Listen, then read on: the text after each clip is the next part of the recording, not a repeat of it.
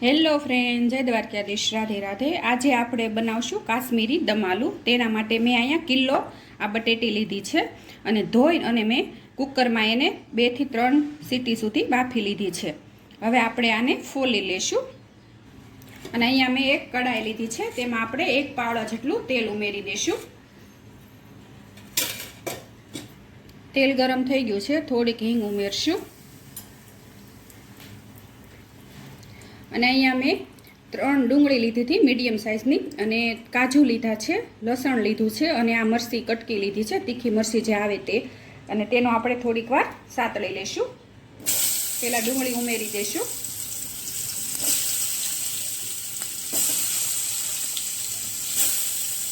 અને મરચાં ઉમેરી દઈશું અને કાજુ અને લસણ ઉમેરી દઈશું।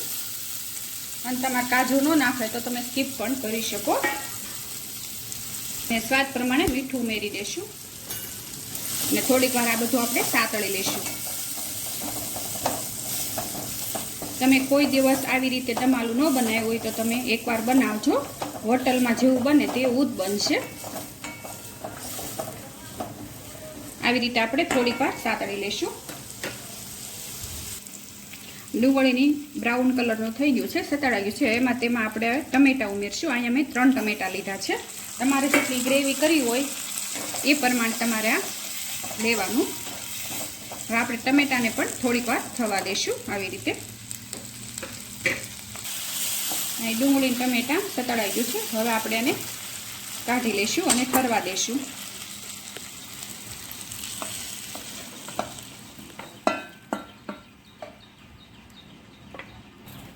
અને આ કડાઈમાં આપણે થોડુંક તેલ લઈશું, 2 થી 3 પાવડા જેટલું।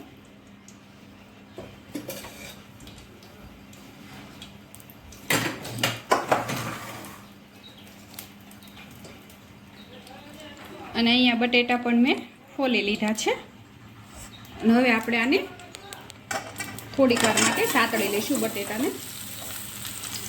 અને તમે ડીપ ફ્રાય પણ કરી શકો, પણ હું અહીંયા ઓછા તેલમાં બનાવું છું। આવી રીતે ધીમે ગેસે આપણે એને સાતળવા દઈશું થોડીક વાર, ઉપરની સ્કિન જ્યાં સુધી લાલ થઈ જાય ત્યાં સુધી।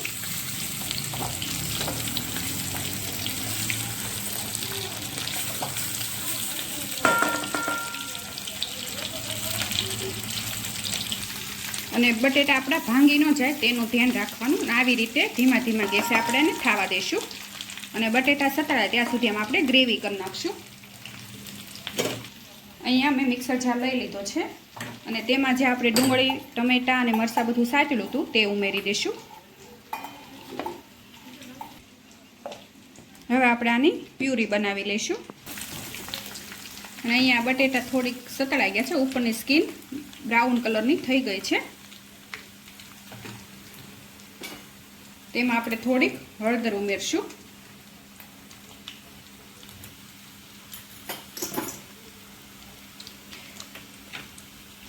અને કાશ્મીરી મરચું ઉમેરશું। જેટલું તમને તીખું ખાવું હોય એ પ્રમાણે લેવાનું। ગેસ બંધ કરી દઈશું અને હવે આપણે બટેટાને કોટ કરી લઈશું આવી રીતે।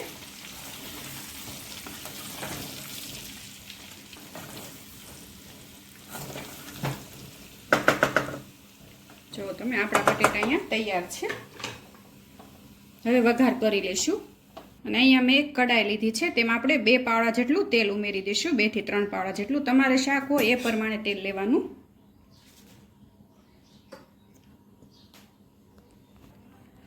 અહીંયા તેલ ગરમ થઈ ગયું છે, થોડીક હિંગ ઉમેરી દઈશું અને અહીંયા મેં જીરું લીધું છે એકલું, તે ઉમેરશું અને શાહી જીરું તમારી પાસે હોય તો પણ એ ઉમેરી શકો। અને 1 બાદિયા ફૂલ ઉમેરશું, તમાલપત્ર અને 2 સૂકા મરચાં ઉમેરી દઈશું। અને એકવાર તમે આવી રીતે દમ આલુ બનાવજો, બહુ સરસ બનશે અને ઝટપટ બની પણ જાય છે। આમાં બીજી કોઈ ગ્રેવી નથી કરવાની। આપણે જેમ રજવાડી દમ આલુ આવે છે, પછી આપણે કાઠિયાવાડી દમ આલુ આવે છે, પણ આ એક કાશ્મીરી દમ આલુ છે।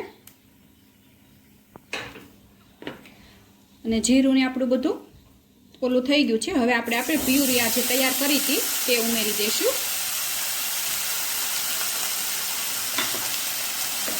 અને સાતળી લઈશું થોડીક વાર માટે.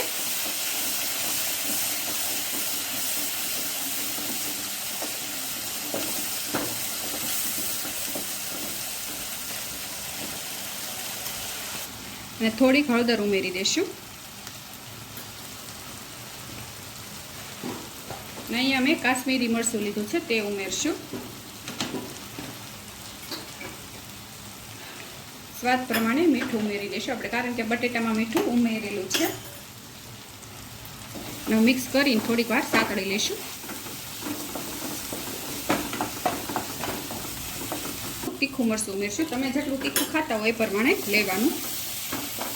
અને થોડીક વાર સાતળી દઈશું. હવે તેલ છૂટું પડે ત્યાં સુધી આપણે એને થવા દઈશું.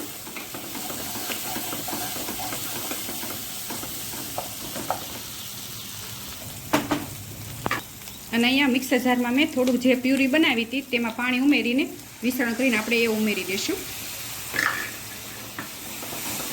અને હવે તેલ છૂટું પડે ત્યાં સુધી આપણે એને થવા દઈશું. અને અહીંયા ગ્રેવી આપણી તૈયાર છે. છૂટું તેલ પડી ગયું છે.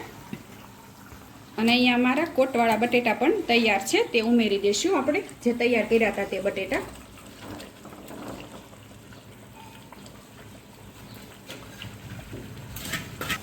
અને અહીંયા બટેટાને પણ આપણે થોડીક વાર માટે ઢાંકીને થવા દઈશું, તેલ છૂટું પડે ત્યાં સુધી. અને અહીંયા તેલ છૂટું પડી ગયું છે. હવે આપણે ગરમ મસાલો ઉમેરી દઈશું. અને થોડીક કસૂરી મેથી ઉમેરી દઈશું.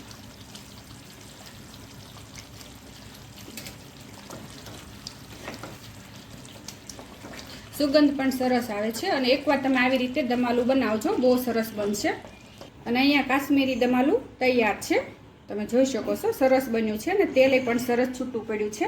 અને મારી આ રેસીપી તમને ગમી હોય તો લાઈક કરજો, શેર કરજો અને સબસ્ક્રાઈબ કરજો.